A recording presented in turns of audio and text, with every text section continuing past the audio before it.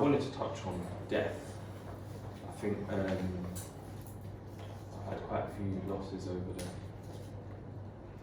When I check, I wrote down, because over COVID period, the Devil's Playground period,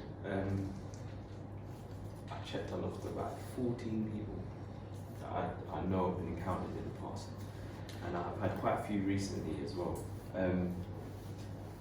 So based on society's idea of like how we grieve and how we deal with loss of the vessel, I shouldn't really be alright. No. I should be kind of fucked up. And so people can perceive me as like, well, you're either not telling the truth or you're lying to us. Yeah.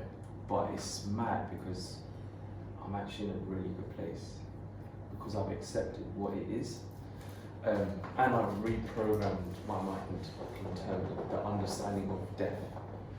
So, because death in our minds, in our culture, not our culture, but the culture that we live around, is all about mourning and hell and low vibrations and stuff like that. Yes, I should, in people's minds, be in that space sick, I would say. But it's actually given me the opposite. Yeah. Funny enough. It's made me tune out of things of like bullshit. It's made me look at meaning, connect to how I feel. And from that book I was reading, like, where in my body am I feeling that? And then kind of transmuting that energy into something that is more celebratory. So just kind of more like,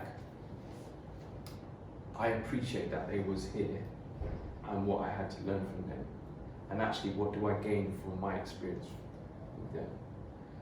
And what do I do to keep them alive in spirit? Because obviously we only know of the physical form, and that's gone, but actually the spiritual form. And when I've been asking the guides for questions, answers to questions like, can you show me signs? I'm seeing the signs that I need to see.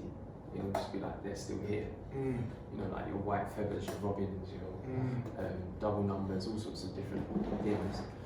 And I'm like, so why am I in myself going to be mourning and sad when they might be going into somewhere that is a lot more enjoyable as a spirit than what they're dealing with? They've had to endure here. And I wrote down through my life, I was writing down who I've lost and how I've lost them. And what was really sad was the two highest was suicide and murder. So we hate ourselves, so we hurt others and we project, and we hate ourselves and we kill ourselves. And then it just made me think, rah, why am I going to get myself in a state and fit the narrative of the program when I need to be coming out of that and saying, what am I learning from this that can be useful, that can transmute into something that serves me instead of makes me suffer? Yeah. I think it's perspective, innit? Because when me and you were speaking about this the other day, I was like, death is really life. That's it. It's not separate. Like, life is life, and what happens in life is like it's a part of your life. So it's a part of the process of life. Like, it's just life. But Circle of life. the separatism, right? The circle of life. If you look at it like the circle of life, it changes it immediately because there is no word of death. No. Because it's just the circle of life. Completion. Yeah. But it's also the idea of not accepting things for what they are and saying, you know what, I think it would be quite wise to disconnect from that which I love most. Because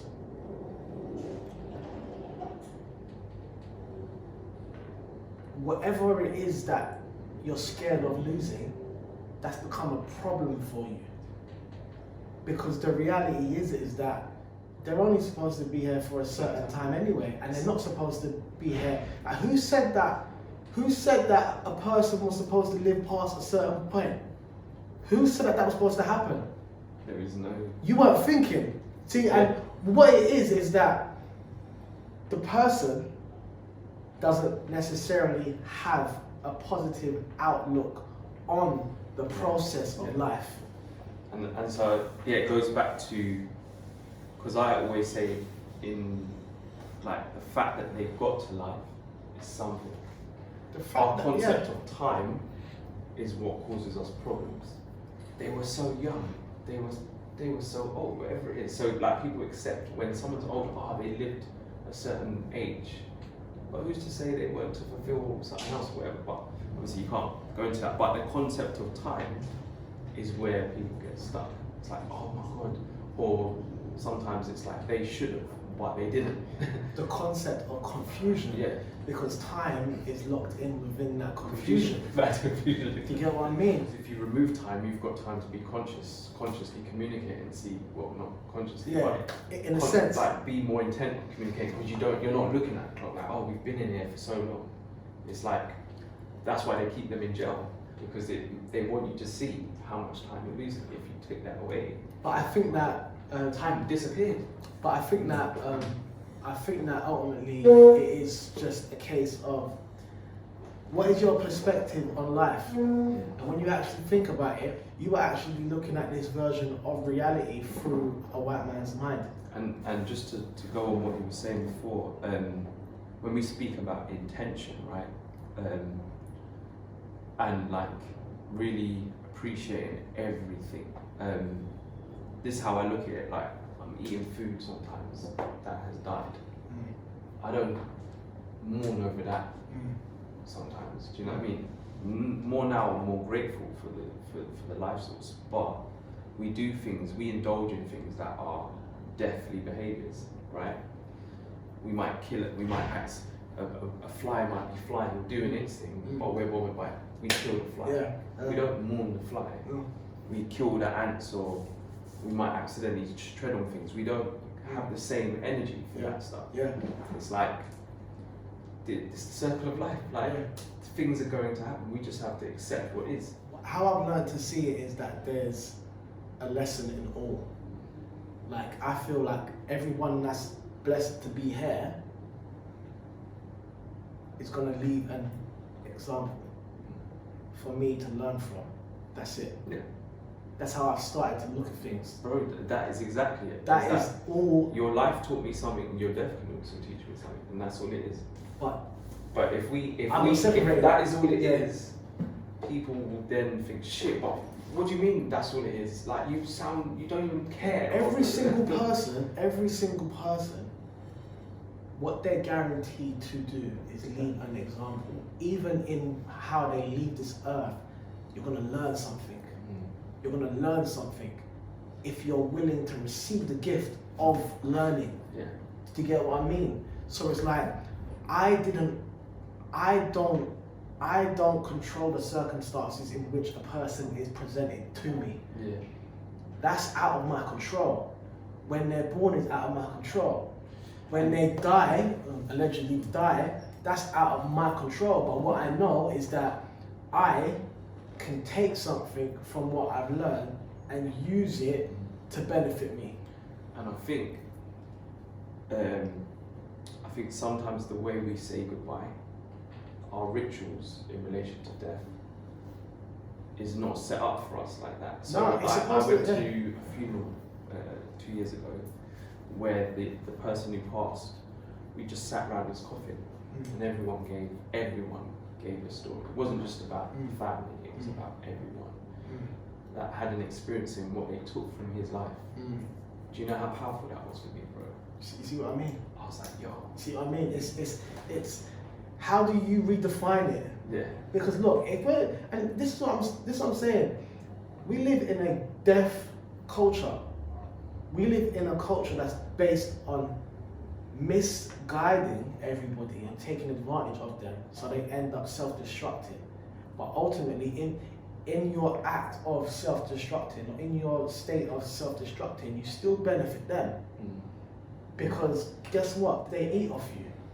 When you die, you have funerals, everything's at cost. So they're eating off of you. When you work, they eat off. Everything is to feed off of you. So it's like even in death, they feed off you. But when you change the narrative, right? The least you can do, because like people are starting to realize now, be positive, be positive. Why can't you? Let's do that in that area. Let's redefine that so it helps us too.